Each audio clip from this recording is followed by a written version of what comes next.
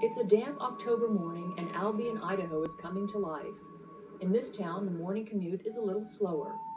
People are heading to work and school should be starting soon. But on this campus, there's no class today, and there was no class yesterday or the day before. Welcome to the Albion State Normal School, what's left of it at least, a ghost school, abandoned by a state, neglected by a city, but once a jewel in Idaho's higher education system. It was a teacher training college. They were called normal schools then. Verlene Powell runs the town museum. She's traced the college's history back to the beginning, 1893. There were two legislators who lived in Albion at that time, and they argued for Albion, and one of them offered to donate 5 acres of his own land to establish the school.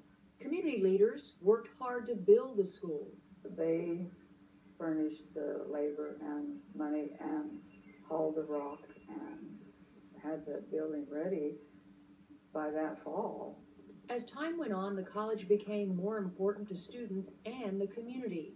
The main thing in the normal school was the apprenticeship training. The grade school on the campus, later the high school was on the campus. So they had hands-on training before they went out to teach. And one of the first questions a lot of people ask is, why was the college put here? Well, when it was put here, this was the county seat. This was quite a thriving metropolis as far as the state was concerned. Keith Amende grew up on this campus, first as a child, then a young man. Living here, I went through the grade school, and then the 9 years, and then 3 years of high school. And on this campus, he fell in love with a student named Mary Bradley. We girls went downtown to see what was going on, you know, and these guys were there. Keith was on his bicycle, and so I loved to ride bicycles. So I borrowed this other boy's bicycle, and we rolled around the block. And then when we came back, I thought, what am I doing with this stranger? I'll never forget our first kiss. I finally got up and nerve to ask her, and we had just made contact, and 2 of her friends jumped out of the bushes. Break it up, Bradley! Soon, World War II broke out, and enrollment at Albion dwindled. It stayed low after war's end. Lawmakers gave the school a new name, the Southern Idaho College of Education, but the end was near. That's what closed the college, was politics. Because politics put it here. And every 2 years there was a fight to get the appropriation money. In 1951, lawmakers cut the school's funding. Class was dismissed for good.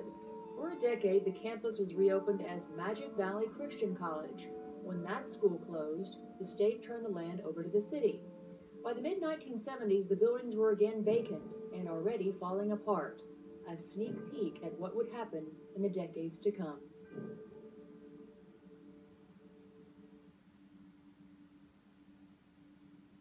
Stones, brick, and mortar do not make an institution. They form merely the material body which houses the spirit, which is the real college.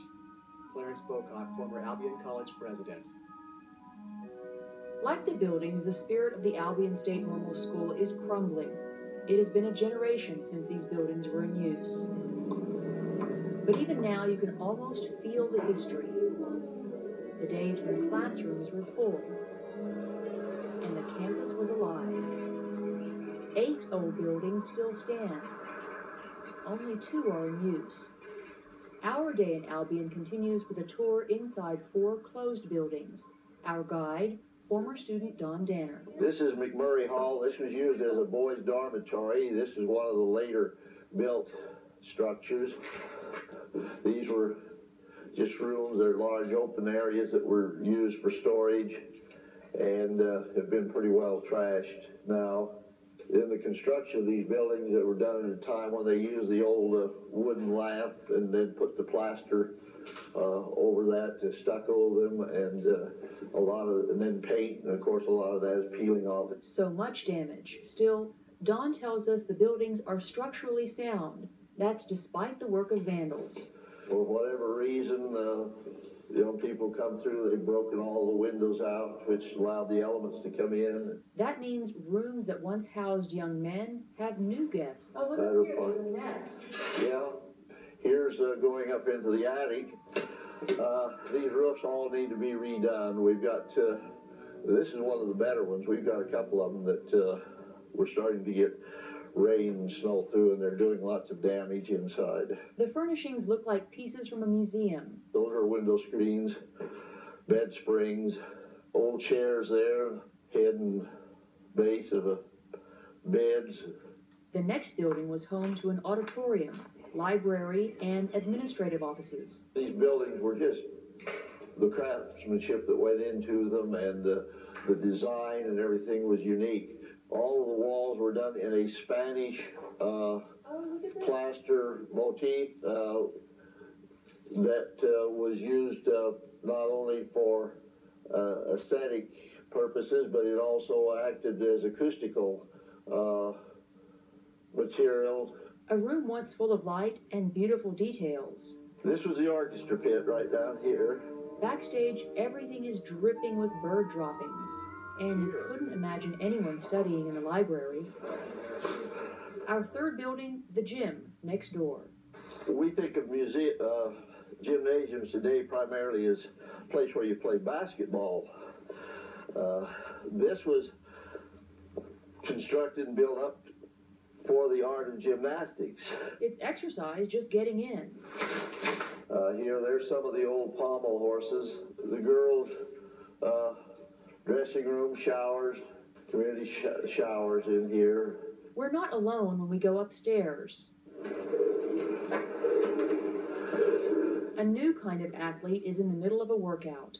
Which was an indoor oval track. And up on the top on the track they had rowing machines. You can still see it. Still see this Panther insignia here. It was in the center of the floor here at center court. We don't stay long because of the health danger. The sun has finally come out now as we head to our last stop. It was a girls' dormitory. It's probably the largest building on campus today. The first section went in, I think, about 1925, and the two end sections went in about 1930. We start in the basement. This was a bread machine here. This is what's left of a bread making machine. Proof this room was once full of people. I don't know what that kind of machine that was. In the next room, signs that people still come here. You can see the new ashes down there. There's also evidence of a fire on the next floor up. The city ran out of money to board up these windows. In the light, you really see just how vulnerable these buildings are. This happened between about the late 70s and the late 80s. Vandals and Mother Nature have left their mark on a place that was once the pride of this small town. Don can't forget the days when the classrooms were full and the campus was alive. Looks like a weed patch there now where this truck is sitting. That was a football field, and there were grandstands and bleachers set here against this bank here, and parking all in here. And then where you see those steps over there, there was another large building set right in there called Hanson Hall. It is gone, like many of the students who attended the Albion State Normal School. Amid the rubble, it is easy for him to find the beauty here because he remembers the way it once was. It's sad to see the condition of it now, but I think you can see the potential that it would have with proper restoration.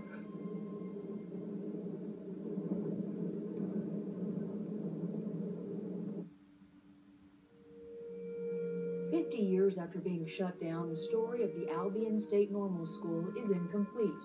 It has a beginning and a middle, but the conclusion is still being written. The town of Albion owns the buildings, but it doesn't have the money to manage them. Mayor Jim Kelly. It is a big project. Because, I mean, you know, we only got like 300 and some people in this town. And our revenue's not there to cover the big cost. We always look for outside help. The alumni is a lot of help. Former students like Lovell and Beth Turner. Their love affair started in the library. I'd never seen her before. And she needed help to do her algebra. And I was average in algebra, so I helped her do her algebra problems. It's fun to come back. We still do, but it just breaks her heart when we see the condition of the buildings, because we have so many memories of how nice it was when we were here and the fun we all had. Since the school closed decades ago, different ideas have surfaced to reopen the campus in one form or another, but nothing has come together.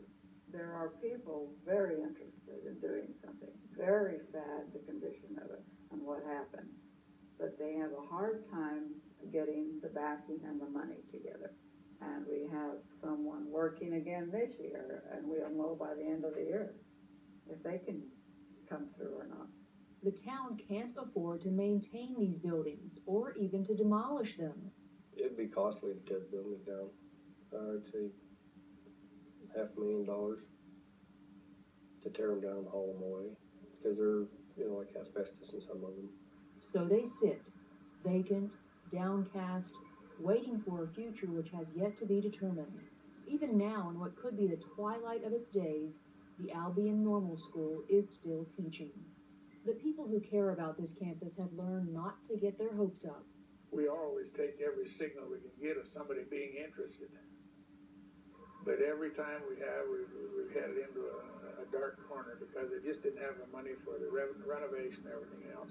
But we don't hold our breath anymore because every year things fall through. And they have learned that something you love can also cause you pain. That is such a sad thing there that I like to just keep it in my memories, what it really was, because I don't even want to see it right now. I almost don't look this way, except to see how much more damage is in it. It started as a cold, damp morning in the town of Albion, Idaho. The clouds cleared away, revealing a brilliant evening.